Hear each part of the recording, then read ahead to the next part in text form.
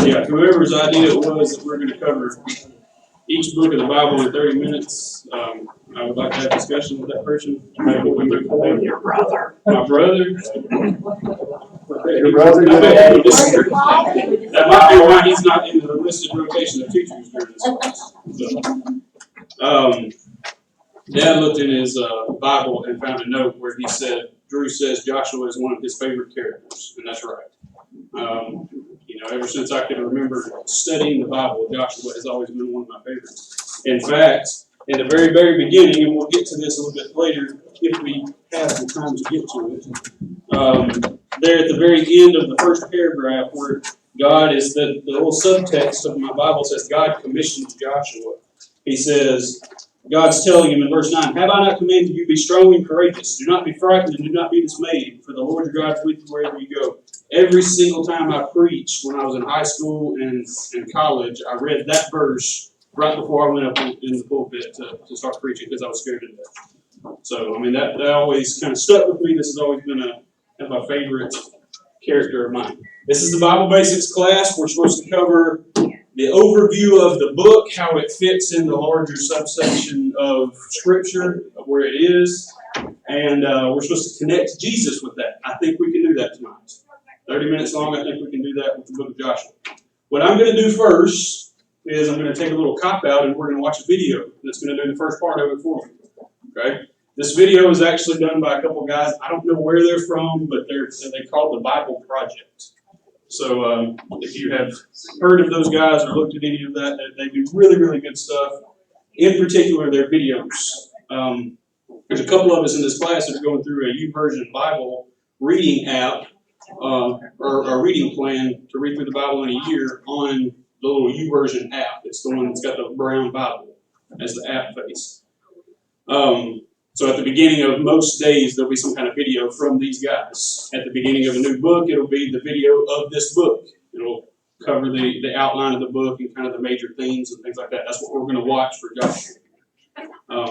I have to say before we watch it, I have watched most of their videos. There are some that I do not agree with, particularly their, mainstream, if you will, views of Revelation. So keep that in mind while you watch these. But we're watching the Joshua one today. I think this one's going to be okay.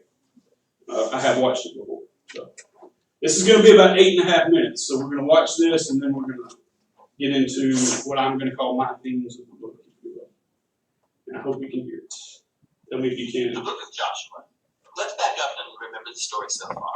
So God chose Abraham, and then his family became the people of Israel, who are then enslaved down in Egypt. So through Moses, God rescued Israel out of Egypt. He made a covenant with them at Mount Sinai. He brought them through the wilderness. So Israel then camped outside the promised land, and Moses called them to obey God's commands so that they could show all the other nations what God is like. The book of Joshua picks up right after Moses has died. Israel's ready to enter the land. So the story of Joshua is designed with four main movements. Joshua first leads Israel into the promised land. And then once they're there, they meet all the hostility from the Canaanites, so they engage them in battle. Then after their victories, Joshua divides up the promised land as the inheritance for the 12 tribes. And then the book concludes with these final speeches that Joshua gives to the people. So let's dive in and we'll see how all of it flows together. The first section begins with Moses' death, and Joshua is appointed as Israel's new leader. And the author intentionally presents Joshua as a new Moses. So like Moses, Joshua calls the people to obey the Torah, which means the covenant commands that they were given at Mount Sinai. And then Joshua sends spies into the land, just as Moses did back in Numbers chapters 13 and 14. Except it goes way better this time. In fact, even some Canaanites turn and follow the God of Israel. Joshua then leads all of Israel across the Jordan River and into the land.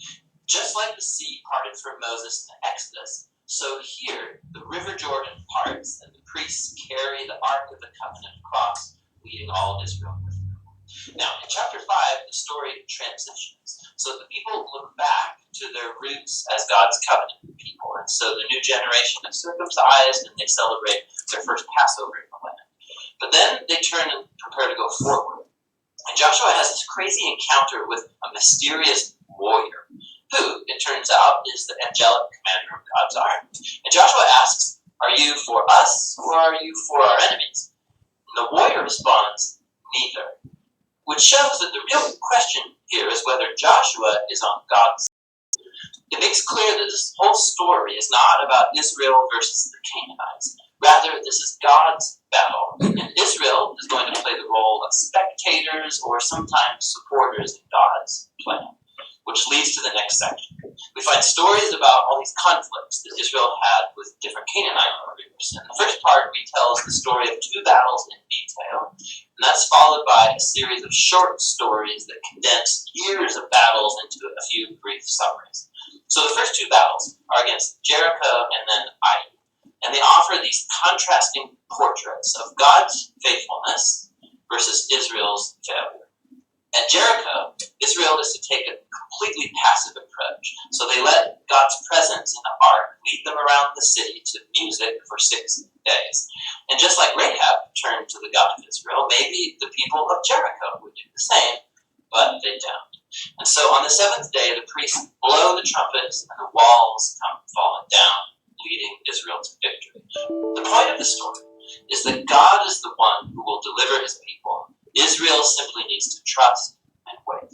Now the next story of the battle at Ai makes the opposite point. So there's this Israelite named Achan. He steals